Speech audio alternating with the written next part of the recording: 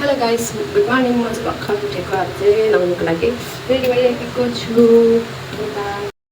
म चाहिँ अहिले नुहाएर पनि आइसकेको छु गाइस। हेर्नुहोस्, मैले चाहिँ यहाँनिर नुहाएर आएर कपाल सुकाइरहेको छु हल्का नक्कल पार्दै।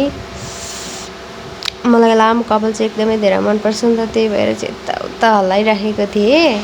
तर मेरो कहिले कपाल पर्दैन क्या, योपालि चाहिँ यति लामो भएको छ।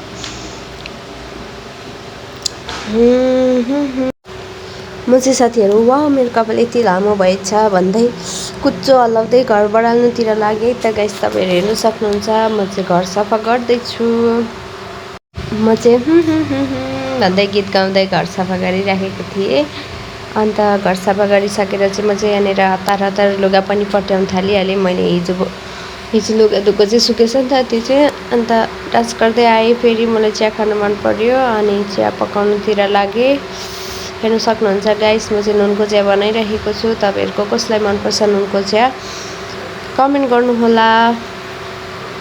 दुधको चिया चाहिँ बनाएको होइन, म चाहिँ नुनको चिया रङको बनाएको। अब मलाई बिस्किट खान मन पर्यो, दोकान गएर बिस्किट पनि लिएर आएर म चाहिँ यहाँनिर चिया कपमा लगाउँदैछु। अब चाहिँ 1 कप सेरे चिया खाइन्छ। कसलाई मनपर्छ सेरेमा चिया खानु। चिया र बिस्किट म चाहिँ रेडी पारेर पनि खानको लागि बसेको छुइनँ, चिया लिएर जाँदैछु। हेर्नु सक्नुहुन्छ। गर्दै म चाहिँ अब चाहिँ चिया खाइन्छ भन्दै गर्दै खाइरहेको थिएँ। चिया र बिस्किट, चियामा बिस्किट भिजाउँदै खाइरहेको छु। तपाईँहरूलाई कसलाई मनपर्छ?